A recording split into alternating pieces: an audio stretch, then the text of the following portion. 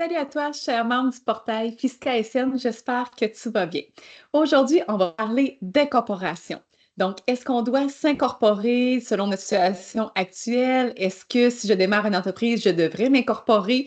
C'est souvent la question que j'ai par la plupart de ma clientèle qui me pose la question à un moment X de leur carrière dans leur entreprise ou quand ils démarrent une nouvelle entreprise. Évidemment, il y a beaucoup de choses à prendre en considération, à savoir si on devrait s'incorporer, oui ou non.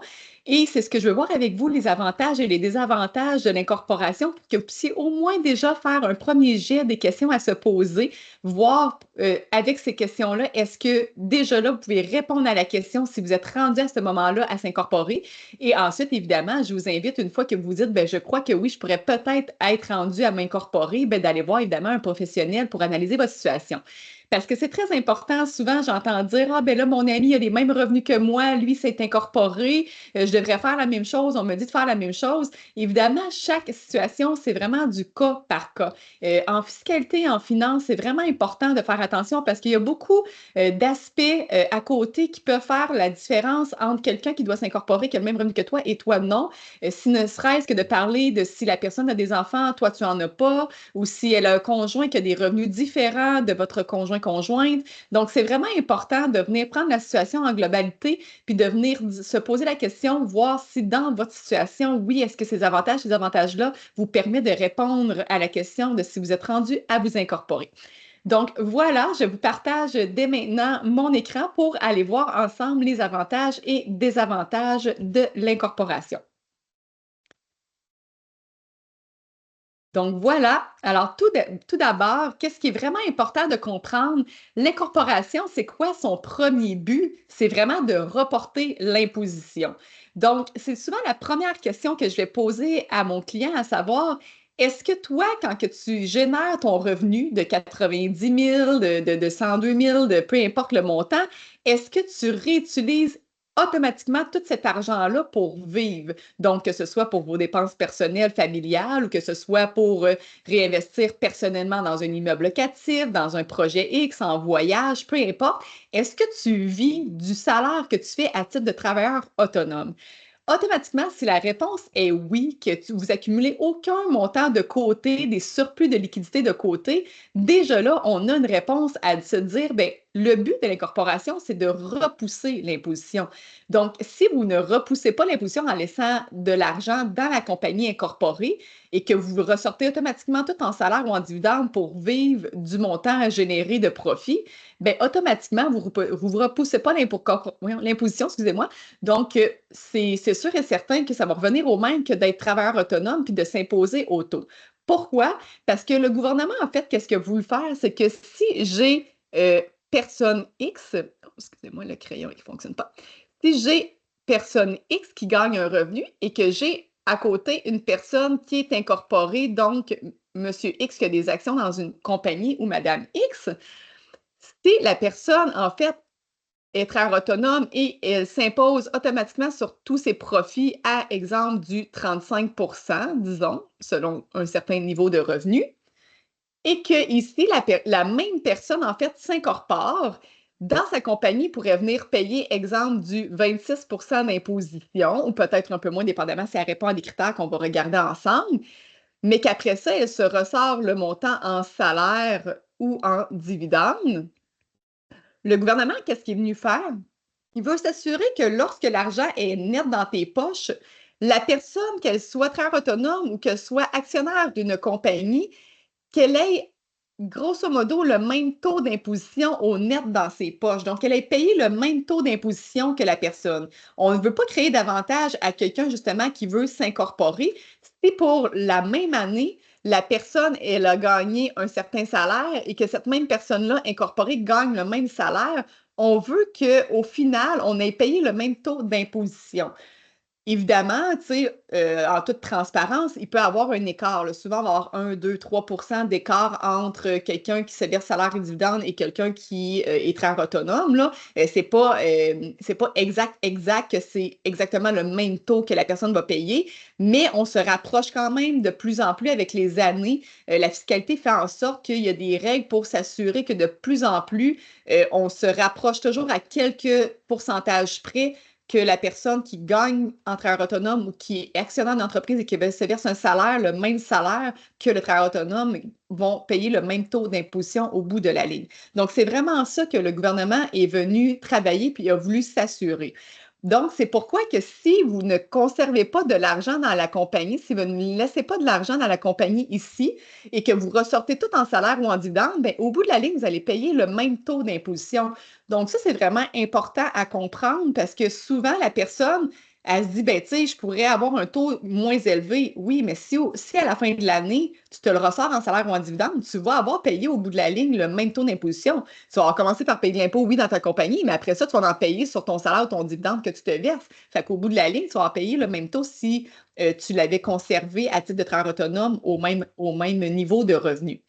Donc, c'est vraiment le but premier. Il faut penser qu'il y a de l'argent, il y a du surplus que vous générez à chaque mois, à chaque année, qui reste dans votre compte bancaire, puis que là, vous dites, ben là, ce montant-là, j'aurais pu attendre avant de payer de l'impôt dessus parce que je ne l'utilise pas de toute façon. Là, à ce moment-là, effectivement, ça peut être une belle option. Donc, c'est vraiment de reporter l'imposition. L'autre chose qui est important de comprendre, justement, c'est comment fonctionne le taux d'imposition en incorporation. Donc, ce qui est important, c'est vraiment le 3500 heures, qui est une des règles premières pour avoir le plus petit taux possible en incorporation. 3500 heures, qu'est-ce que c'est? C'est, dans le fond, il faut que toi, le propriétaire, et deux autres propriétaires, ou toi et deux employés, réalisez un 3500 heures, 500 heures dans votre année pour pouvoir avoir le petit taux. Donc, évidemment, si tu es toute seule comme travailleur autonome, que tu t'incorpores et que tu deviens le seul propriétaire et que tu n'as pas d'employé, ben tu ne réaliseras pas le 3500 heures parce que quand bien même que tu ferais beaucoup d'heures supplémentaires et que tu mettes quand même des grosses semaines à ton horaire, il y a une limite que l'on peut mettre en tant que personne propriétaire de l'entreprise qui est 40 heures fois 1,1. Donc, tu sais, il y a vraiment une limite qu'on peut mettre du nombre d'heures par semaine à considérer pour l'actionnaire. Alors, il faut vraiment avoir des employés ou d'autres actionnaires de l'entreprise pour réussir à atteindre ce 3500 heures-là. Quand on atteint le 3500 heures, qu'est-ce que ça fait? Bien là, à ce moment-là, en fait, c'est que oui, on peut réussir à avoir du petit taux à 12,2 qui est rendu en 2024 dans une compagnie incorporée. Donc oui, c'est très intéressant. C'est vraiment un petit taux qui peut être chargé à la compagnie incorporée. Par contre, comme que je dis, bien évidemment, un travailleur autonome qui s'incorpore et qui est seul n'atteindra pas le 3500 heures, ce qui fait qu'à ce moment-là, il ne sera pas admissible, il va tomber à du 26,5 d'imposition dans l'incorporé. Donc, si on prend, excusez-moi. Donc, excusez-moi. Donc, si on prend, en fait, le 26,5 dans ton incorporé, ici, puis qu'on se dit, bon, ben, tu sais, la personne ici qui aurait payé, dans le fond, possiblement le même taux, à du 26, exemple, que vous payez du 30 d'imposition, bien, on s'entend qu'il n'y a pas une grosse écart entre l'incorporé puis le 30 d'imposition si on est travailleur autonome. Donc, ça aussi, c'est à considérer parce qu'évidemment, ben oui, on peut peut-être sauver un petit 4 d'imposition si on laisse de l'argent dans la compagnie ici, évidemment. Mais on s'entend pour le petit pourcentage d'écart qu'il y a, peut-être qu'il va y avoir beaucoup de frais en étant incorporés qui vont venir diluer en quelque sorte cet écart-là, l'avantage en fait d'être incorporé. Donc, c'est dans les prochaines avantages et inconvénients qu'on va regarder ensemble. Alors ça, c'est vraiment important de bien comprendre ça, cette notion-là. Évidemment, protéger les actifs. D'emblée, tu sais, c'est sûr qu'il y a certaines personnes que nous avons incorporées simplement pour protéger les actifs, sans penser au taux d'imposition, sans penser à tous les autres avantages de l'incorporation. On a vraiment incorporé pour protéger des actifs. Exemple, quelqu'un qui a des immeubles, qui a une bâtisse qui a des immeubles, quelqu'un qui a des grosses machineries, quelqu'un qui a beaucoup d'inventaire. Donc, évidemment, de s'incorporer, qu'est-ce que ça fait? Bien, c'est une entité en soi. L'entité incorporée est vraiment indépendante de la personne. Donc, si tu t'incorpores, exemple, et que pour X raison, toi, tu fais faillite au niveau personnel, ben, on ne pourra jamais aller chercher ce qu'il y a dans ton incorporation parce que c'est vraiment une entité à part, à moins d'avoir évidemment mis des garanties sur certains actifs de ton incorporation. Mais sinon, c'est vraiment une entité à part. Fait que des fois, pour protéger les actifs, c'est la seule raison pour laquelle on va aller incorporer. Donc, à ce moment-là, on va être prêt à payer les frais de l'incorporation d'année en année parce qu'on a un objectif ultime qui est plus importante en quelque sorte que les frais qu'on a à payer ou que de sauver le taux d'imposition ou quoi que ce soit. Donc, dans le cas de protéger des actifs, on va le faire. Puis on va le faire souvent aussi, justement, en appelant ça des sociétés de gestion. Parfois, exemple, vous êtes déjà incorporé, votre incorporé ici, votre opérante, en fait, celle qui fait les opérations. On va aller mettre parfois une gestion au-dessus pour venir mettre seulement l'immeuble dedans ici dans la gestion au-dessus pour venir encore là faire une entité à part pour l'immeuble pour venir protéger l'actif. Puis que si jamais il arrive quoi que ce soit, des préjudices ou des poursuites dans la compagnie incorporée, dans l'opérante, bien que vos immeubles, vos actifs ne soient pas touchés. Donc, c'est la raison pour laquelle qu'on incorporerait aussi, qui serait peut-être une raison ultime sans regarder aucun autre aspect aux côtés. Ensuite, protéger les propriétaires, responsabilité limitée, l'importance des assurances. Bien évidemment, tu sais, que vous soyez incorporé ou que vous soyez travailleur autonome, en étant travailleur autonome, il y a des assurances responsabilités qui sont importantes à avoir, évidemment, en tant que travailleur autonome, qui vont faire le même effet que de protéger, en quelque sorte, dans une entreprise entité, les propriétaires de l'entreprise incorporée. Donc, ici, oui, c'est sûr que ça peut avoir un avantage de s'incorporer pour venir protéger justement les actifs personnels de la personne, puisque c'est une entité à part. Donc, au contraire de ce que je disais tantôt, on vient aussi protéger les actifs personnels lorsqu'on est incorporé. S'il arrive à l'inverse quelque chose dans la compagnie incorporée, ben, on ne viendra pas toucher aux actifs personnels si évidemment ils n'ont pas été mis en garantie, mais ça va venir protéger justement notre côté personnel. Par contre, comme que je dis, au niveau du travailleur autonome, ben, c'est possible d'aller chercher des assurances à responsabilité professionnelle pour venir se protéger, évidemment, des poursuites de la clientèle ou quoi que ce soit. Donc, ça, c'est très important aussi à comprendre. Intégration d'associés plutôt que d'entreprises individuelles. Bien, c'est sûr que si vous regardez la capsule, évidemment, de tous les types de sociétés sur lesquelles on peut s'enregistrer, on parle aussi de sociétés en nom collectif. Sociétés en nom collectif, c'est vraiment des associés, des personnes qui s'unissent ensemble pour opérer une entreprise sans qu'elle soit incorporée. Donc, le rond qu'on va souvent faire, la SNC, l'incorporé, c'est un carré qu'on représente en image. La société en nom collectif, c'est un rond, en fait. C'est que ça va être des personnes qui vont être associées de la société en nom collectif. Puis qu'après ça, du profit ou de la perte qui va être générée, ça va retourner dans les déclarations T1, les T1 personnels de la personne, des associés. Donc, c'est vraiment juste comme un entre-deux entre gérer évidemment l'entreprise, mais après ça, que tout soit redivisé au personnel.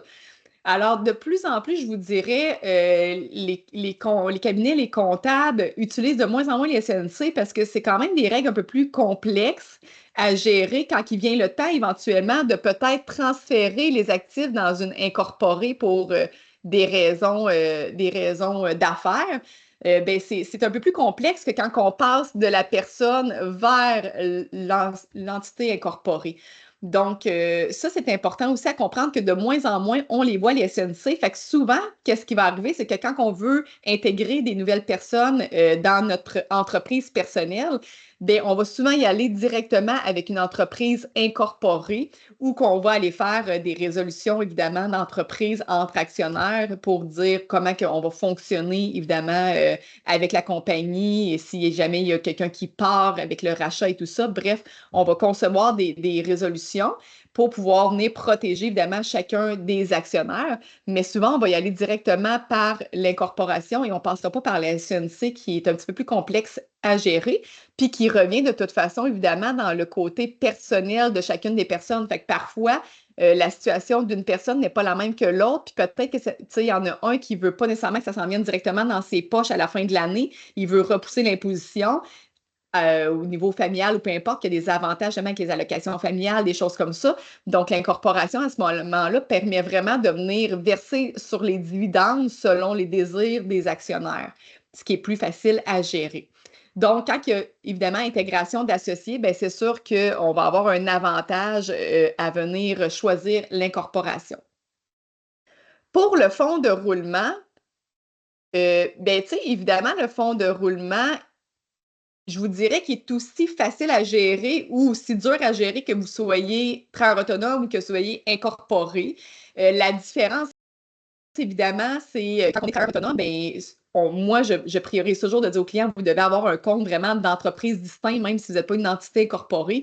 Vous devez vous faire un compte d'entreprise en tant que travailleur autonome pour vraiment séparer le côté personnel du côté de l'entreprise. Ça, c'est très important. Mais il reste quand même que c'est peut-être plus facile à gérer le fonds de roulement quand on est nous-mêmes et quand on est entreprise individuelle, puis que les fonds sont générés à même qu'on n'a pas à se sortir un salaire ou un dividende de l'incorporé, on a accès aux fonds directement en tant que travailleur autonome, tu sais, dans nos comptes bancaires. Donc, ça peut être plus facile, comme en même temps, ça peut être plus difficile parce qu'évidemment, vous avez accès rapidement à cet argent-là au lieu de vous sortir un salaire ou un dividende de la compagnie. Donc, ça peut avoir quand même un effet autant négatif que positif. Donc, je vous dirais que le fonds de roulement, bien évidemment, que ce soit d'une façon ou d'une autre, il est à gérer, puis il faut faire attention de bien comprendre comment fonctionne l'argent, comment roule l'argent dans une compagnie, autant que comment conserver des sous au niveau individuel afin de repayer vos impôts, de repayer vos taxes et tout.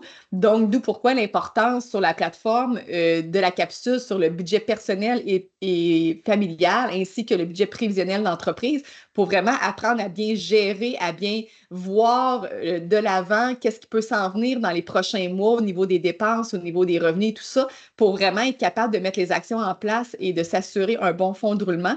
Parce qu'on va se le dire, souvent, les institutions financières, bien, le fonds de roulement, c'est une de leurs premières choses qu'ils vont regarder. Si vous avez de la bonne liquidité qui roule toujours, ça va être plus facile d'obtenir du financement que s'il y a des certaines périodes dans l'année, exemple des entreprises des fois saisonnières, qui évidemment sont fermées une certaine partie de l'année, ben ça va être plus facile des fois d'avoir du financement parce qu'évidemment, c'est pas continuel toute l'année. Donc, le fonds de roulement est très, très important à bien gérer.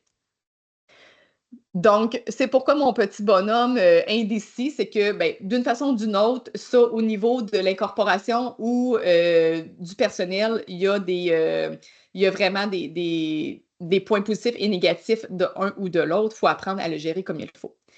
Pour le financement, ben pourquoi que j'ai mis un petit bonhomme indécis? C'est que c'est sûr que le financement au niveau personnel, quand on est travailleur autonome, si on démarre notre entreprise, généralement, le financement va être plus difficile à recevoir dans les 2 premières années parce que l'institution financière a besoin de savoir, ben que tu fasses tes preuves, que tu sois capable de démontrer que tu génères évidemment de la facturation, tu génères des revenus de ta clientèle, puis que tu as évidemment les dépenses en conséquence qui ne te fait pas tomber à perte non plus. Donc, souvent, ça va être un 2 ans de preuve à faire. Fait qu'au niveau, évidemment, personnel, ben, des fois, ça peut être plus difficile d'avoir du financement pour si on a des projets personnels, justement, de réacheter. Je prends souvent l'exemple d'immeubles locatifs, parce que souvent, le monde va acheter les immeubles locatifs plus au personnel. Mais on s'entend que le financement va fonctionner de la même façon pour l'incorporer. Si tu as une nouvelle entité qui est là depuis 2 ans, incorporée, ben, il va falloir qu'elle fasse ses preuves aussi. Puis qu'est-ce qui est important vraiment aussi au niveau de l'incorporation, c'est que quand on se sort en salaire ou en dividende, ça, il y a une capsule évidemment aussi sur le salaire et le dividende. Bien, en fait, qu'est-ce qui est plus avantageux au niveau du financement? Le dividende, il est discrétionnaire, hein. Tu peux décider de te le verser une année puis de ne pas te le verser l'autre année. Fait que ça, le financement, c'est très important si tu penses avoir des projets que tu désires avoir du financement, bien, c'est peut-être de considérer un salaire qui, même si ça vient de la même entité, pour les institutions financières, aux yeux des institutions financières, c'est beaucoup plus sécuritaire parce que c'est un salaire que tu as établi et que tu te verses de semaine en semaine. Alors que le dividende, comme que je disais, tu peux décider de te le verser à la fin de l'année, de ne pas t'en verser, de t'en verser de temps en temps. C'est discrétionnaire, donc c'est beaucoup moins c'est beaucoup moins bien vu, si on veut, au niveau des yeux des institutions financières. Donc, c'est à faire attention. Au niveau également du financement, ben, de penser aussi au réinvestissement personnel qu'on désire faire. Tu sais, quand on est travailleur autonome, bien évidemment, on peut réinvestir facilement l'argent qu'on fait à d'autres projets personnels qu'on a, puis on se bâtit une cote de crédit, puis une certaine notoriété aux yeux justement des institutions financières. Donc, ça peut aider beaucoup d'avoir notre entreprise à notre nom.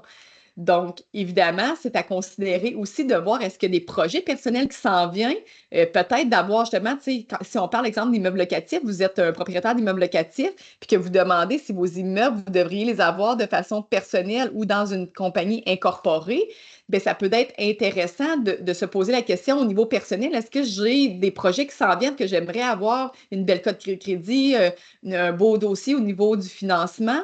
Ben, d'avoir les immeubles de façon personnelle, ça vous apporte évidemment une valeur personnelle de plus, là. Alors que si c'est incorporé, c'est une entité à part. Oui, ils peuvent la considérer, ils peuvent aller analyser votre entité incorporée, mais c'est une entité à part quand même. Donc, encore là, qu'est-ce que vous générez de l'entité en salaire ou en dividende va être considéré aussi.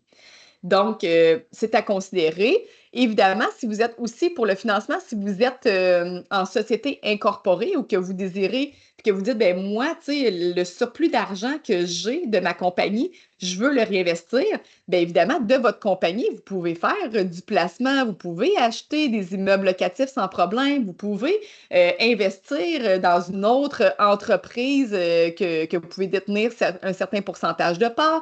Il y a plusieurs façons de réinvestir les surplus de liquidité dans l'entreprise également incorporée. Donc, ça, c'est à penser aussi.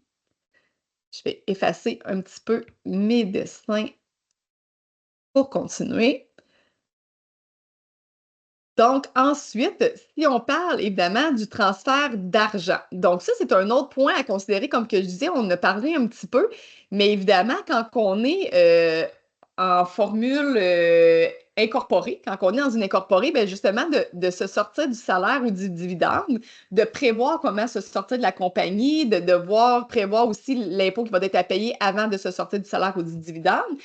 Ça peut être plus complexe que lorsqu'on qu'on est individuel, qu'on gagne nos revenus, on fait moins nos dépenses, il nous reste le montant, puis on peut se le verser dans notre compte personnel.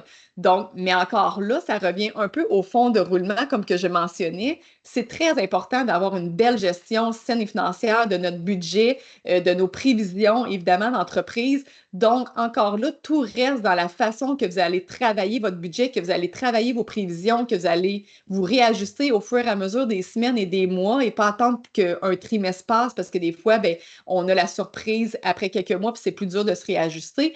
Donc, tout va venir vraiment de votre saine gestion. Donc, ça peut être autant des points positifs que négatifs, que ce soit au niveau de travailleurs individuels ou de l'incorporation à ce moment-là. Il va peut-être avoir une analyse à faire lorsqu'on est incorporé, par contre, à savoir est-ce que je me le verse le montant que je désire pour mes besoins personnels et familiales, est-ce que je me le verse en salaire ou en dividende? Parce qu'évidemment, il n'y a pas le même taux d'imposition sur un salaire ou sur un dividende, puis ça n'a pas les mêmes impacts au niveau financier, comme qu'on disait, au niveau des yeux des institutions financières.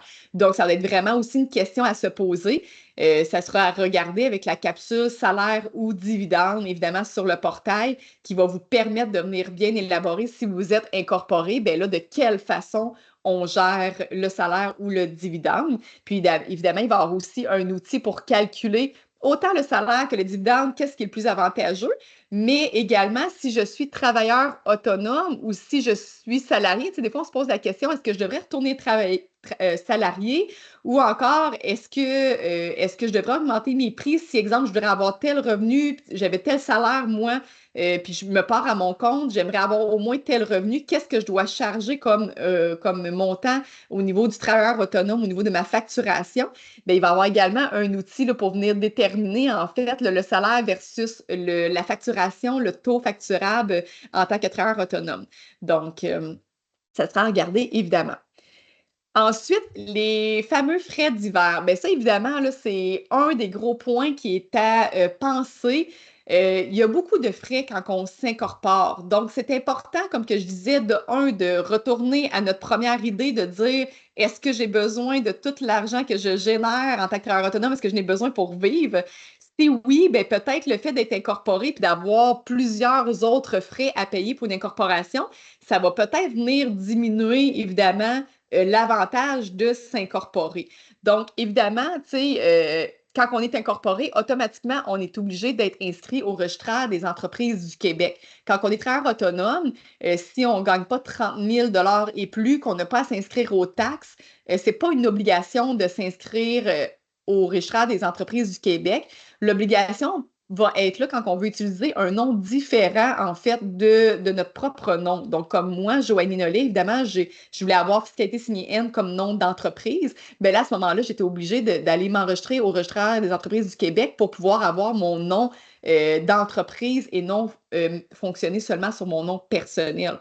Mais sinon, si on n'a pas à s'inscrire aux taxes parce qu'on gagne moins de 30 000 en chiffre d'affaires, bien à ce moment-là, ce n'est pas une obligation. Par contre, quand on s'incorpore, ça va devenir une obligation d'être inscrite au REC. Donc, c'est des frais, bon, vous allez me dire minimes, le REC, c'est quand même 38 par année, là, c'est pas effrayant, mais c'est des frais qui s'ajoutent aux états financiers, parce qu'évidemment, quand vous êtes incorporé, vous devez faire des états financiers par un comptable, que ce soit un état financier d'examen, d'audit, peu importe le niveau que vous voulez avoir d'assurance dans vos états financiers, il reste quand même qu'il y a des frais pour effectuer votre état financier afin qu'après ça, on puisse produire la déclaration d'impôt de l'entité incorporée. Donc, on parle de T2. Une T2, c'est la déclaration d'impôt pour une société incorporée. Donc, T2 au fédéral, CO 17 au Québec.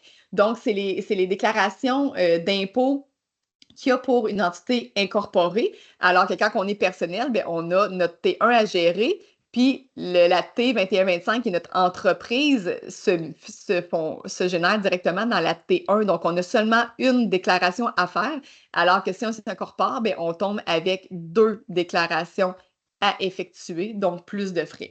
Évidemment, tu sais, à l'heure actuelle, bon, d'effectuer les états financiers et d'effectuer une T2, une déclaration de société, dépendamment du nombre de transactions que vous avez par mois, dépendamment évidemment du niveau d'entreprise que vous êtes, de la croissance que vous avez et tout, ça peut jouer entre 800 jusqu'à 3000, 3005 par année. Dépendamment, évidemment, c'est ça, avec qui vous faites affaire, dépendamment aussi de la région. Ici, tu sais, moi, je parle évidemment en région à Victoriaville, mais c'est sûr que si on parle avec des personnes qui sont à Montréal, les frais peuvent être beaucoup plus élevés. Donc, c'est vraiment à prévoir, mais tu sais, généralement, entre 800 et 2005, je vous dirais que ça joue là-dedans, dépendamment de la lourdeur ou de la complexité de votre dossier d'entreprise. Donc, ça s'ajoute évidemment à votre T1 que vous devez faire de toute façon votre déclaration d'impôt personnel également. Quand on s'incorpore, évidemment, ben, on a un livre des minutes, le fameux livre noir que les entreprises incorporées obtiennent.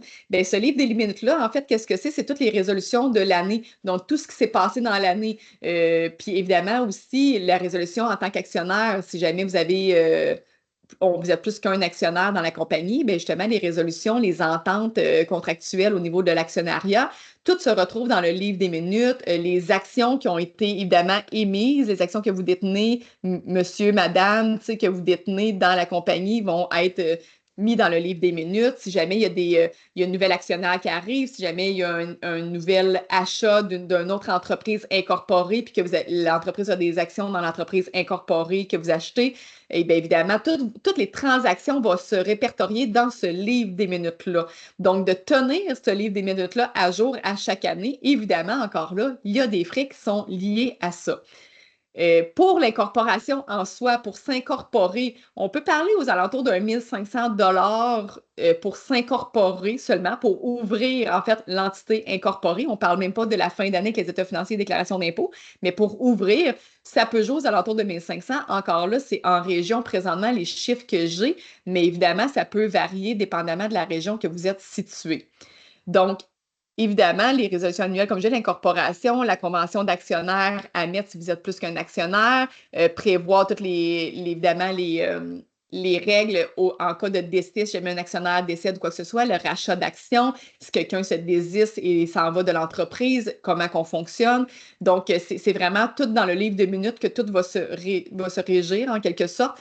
puis qu'il va falloir tenir à jour avec un notaire qui est souvent lié au cabinet comptable avec qui vous pouvez faire affaire, puis qui peut être évidemment inclus dans votre forfait annuel que vous avez avec le comptable. Mais tout ça, c'est des frais supplémentaires.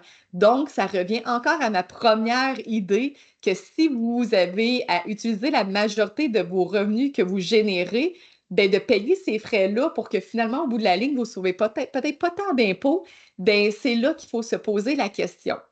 D'autant plus aussi qu'il faut se dire, tu sais, il y a plusieurs stratégies au niveau du travailleur autonome. Évidemment, tu sais, si on parle juste du REER, ben le REER peut venir jouer, en fait, en fonction de venir remplacer un peu l'entreprise incorporée pour, quand on parle juste du taux d'imposition, le REER va venir diminuer, en fait, votre revenu imposable.